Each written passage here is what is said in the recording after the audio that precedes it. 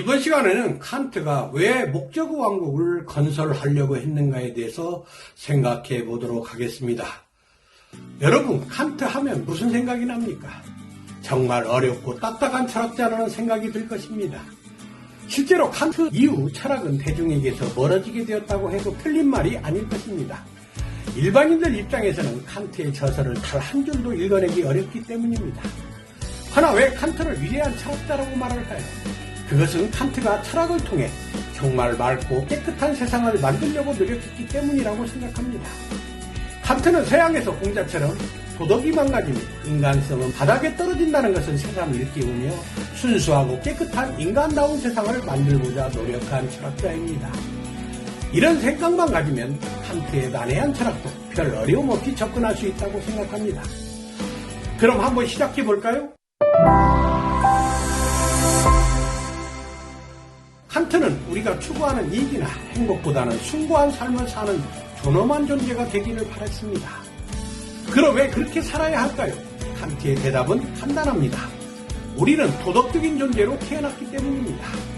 칸트는 인간의 위대함에 대해서 실천 이상 비판에서 다음과 같이 서술하고 있습니다. 내가 그것들을 생각하고 있는 것이 작고 또한 길면 길수록 언제나 더욱더 새롭게 다가오는 감탄과 외경으로 내 마음을 채우는 것이 두 가지가 있다. 그것들은 나우 위에서 빛나는 하늘의 별과 내 안에 있는 도덕법칙이다. 전자는 수많은 다양한 세계에서 드러나는 것으로서 동물적 피조물로서 나 자신의 중요성을 완전히 소멸시킨다. 반면에 후자는 지성을 소유한 존재인 나 자신의 가치를 나의 인격성을 통하여 무한히 높인다. 이것을 볼 때 칸트는 비록 우리는 광활한 우주에 비하면 아주 작고 미세한 존재지만 인간이 위대한 것은 바로 인간이 지닌 고유한 이성을 통해 인간의 내면의 구독법칙을 통찰할 수 있기 때문이라는 것입니다. 인간이 다른 동물보다 존엄하다고 말할 수 있는 것도 이성적 성찰을 통해 다른 동물보다 도덕적이고 숭고한 삶을 살 수 있기 때문입니다. 그런데 세상은 어떻게 돌아갑니까? 사람들은 그다지 도덕적이지도 않습니다. 때론 동물보다 추할 때도 많습니다. 대다수 사람들이 도덕보다는 자신의 이익과 행복을 추구하는 경향이 아주 강하기 때문입니다.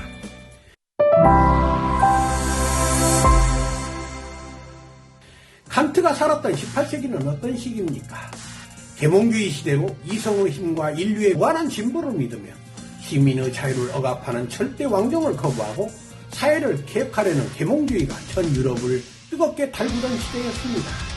특히 자본가의 핵심 세력인 상공인들은 자유를 외치며 자신을 천시 여기는 세습의 굴레를 과감히 벗어던지고 누구라도 자유롭게 이익과 행복을 추구하며 살 수 있는 세상을 열려고 혁명을 꿈꾸던 시기였습니다. 그래서 인간관계도 신분적 세습을 벗어나 이익과 행복을 위한 계약적 인간관계로 점차 변하기 시작합니다. 사회 계약설이 꽃을 피우는 시절이었습니다. 그런데 이런 계약적 인간관계는 지나치게 자신의 이익과 행복을 강조한 나머지 타인의 이익과 행복을 수단으로 대할 수밖에 없는 역설에 빠지고 힘에서 밀려난 대다수의 개인들은 소수의 승자에게 종속되는 결과를 가져오고 말았습니다.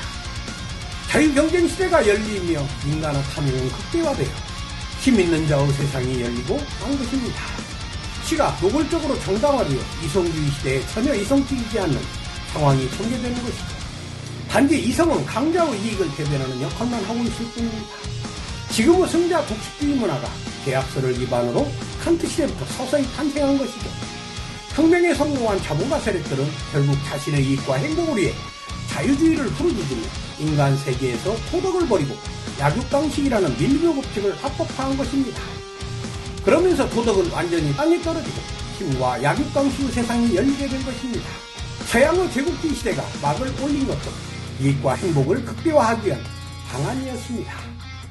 이런 환경을 목격한 경건주의자인 칸트는 인간이 이성적 동물이라면 적어도 이런 야수와 같은 비도덕적인 인간 세상은 있어서는 안 된다고 생각한 것으로 보입니다.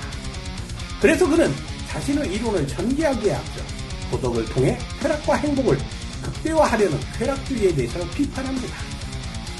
그는 어떤 경우라도 인간을 목적으로 삼아야 하지 자유를 앞세워 쾌락이나 행복을 목적으로 삼아서는 안 된다고 주장합니다. 칸트가 볼 때 쾌락과 행복을 도덕의 기준으로 삼는 것은 인간의 본연의 권리마저 포기하는 것이나 다름이 없었습니다. 왜냐하면 인간이 쾌락이나 행복을 목적으로 삼는다면 사람들은 인간을 먼저 생각하기보다는 쾌락이나 행복을 먼저 생각하게 되고, 쾌락과 행복을 앞세우면 인격과 인간성은 사라지기 때문입니다. 이구리의 거짓말을 밥 먹듯이 하고 인간성을 기반으로 하는 가장 소중한 부부관계는 친구관계마저도 쾌락이나 이익을 얻기 위한 존재로 전락하게 되고 맙니다. 친절하고 정직한 것도 사람 자체가 좋아서가 아니라 이구리에 그렇게 하는 계산된 사랑에 불과합니다.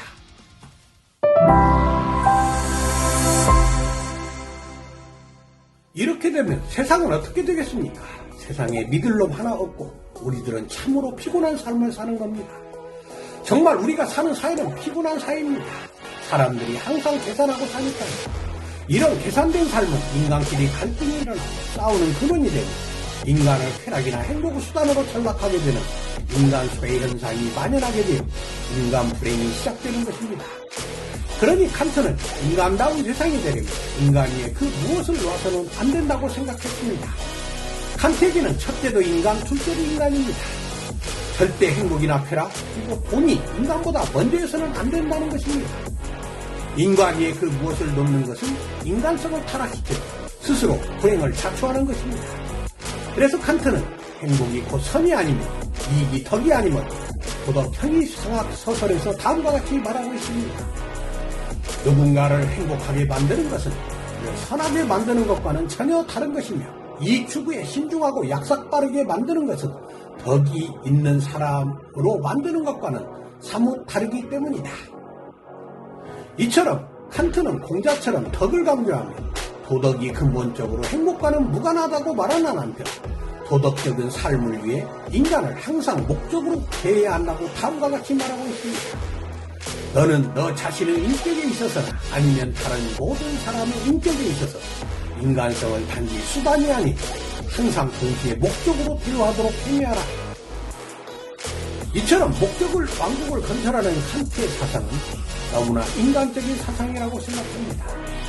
인간을 수단이 아닌 목적으로 대우하라는 이 말을 들으면 계약적 인간관계로 인해 갑질 문화가 만연한 지금의 상황에서 볼 때 마음이 저절로 숙연해집니다. 왜 우리는 통과 쾌락에 몰두한 나머지 인간 스스로의 존엄성을 깨고 있는지 인간에 대한 자괴감이 들곤 합니다. 그러니 잘 사나 못 사나 누구나 외롭고 힘겨운 삶을 살 수밖에 없습니다. 그래서 칸트는 오로지 선한 것은 선의지뿐이라고 하면서 인간다운 세상이 되기 위해서는 일단 우리는 스스로 선의지를 가져야 하는 것을 강조합니다. 의무감을 갖고 철저히 노력하지 않으면 인간은 조금도 착해질 수 없는 것입니다. 대다수 사람들이 공과 쾌락을 쫓는 것도 선의지를 얻고 선하면 손해보는 것 같아 착해지려는 노력을 게을리하기 때문입니다.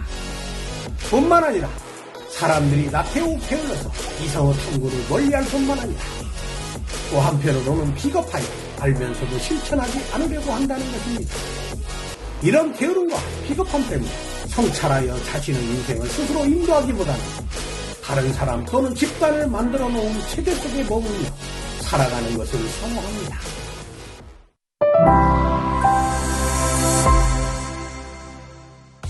왜 사람들이 철학보다는 종교를 좋아할까요?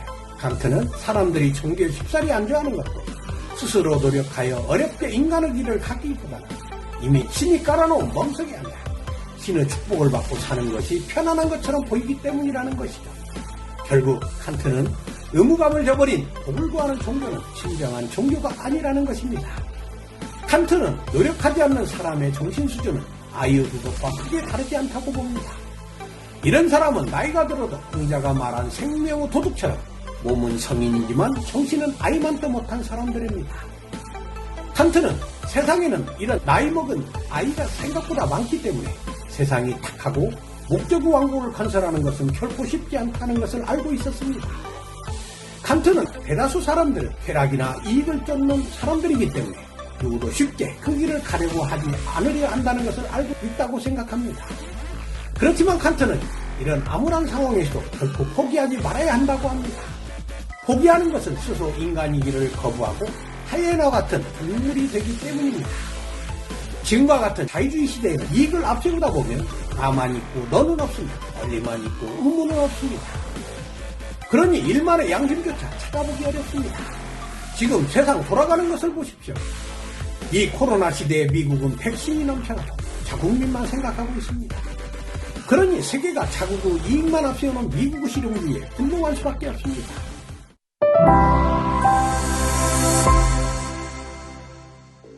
칸트는 진정 인간이 되고자 한다면 자신의 권리만 앞세우기보다는 숭고한 의무여를 내치며 그것을 향해 나가는 것이 가장 인간답게 사는 유일한 길이자 희망이라고 말하고 있습니다. 비록 인간 세상이 타락의 길을 가고 있지만 숭고한 삶을 살자는 칸트의 메시지는 인간의 욕심 많은 세상에서 우리의 순수한 마음을 일깨우는 훈훈한 정신이라고 생각합니다. 우리는 보다 나은 인간 세상을 살고자 한다면 인간성을 수단이 아닌 항상 동시에 목적으로 대우하라는 칸트의 말을 되새겨 돈과 이익만 생각하지 말고 인간을 최고의 목적으로 생각하는 우리의 순수성을 잃지 않도록 노력해야 한다고 생각합니다. 그러면 이익사회만이나 탐욕과 갑질 문화가 어느 정도 해소되리라고 생각합니다. 감사합니다.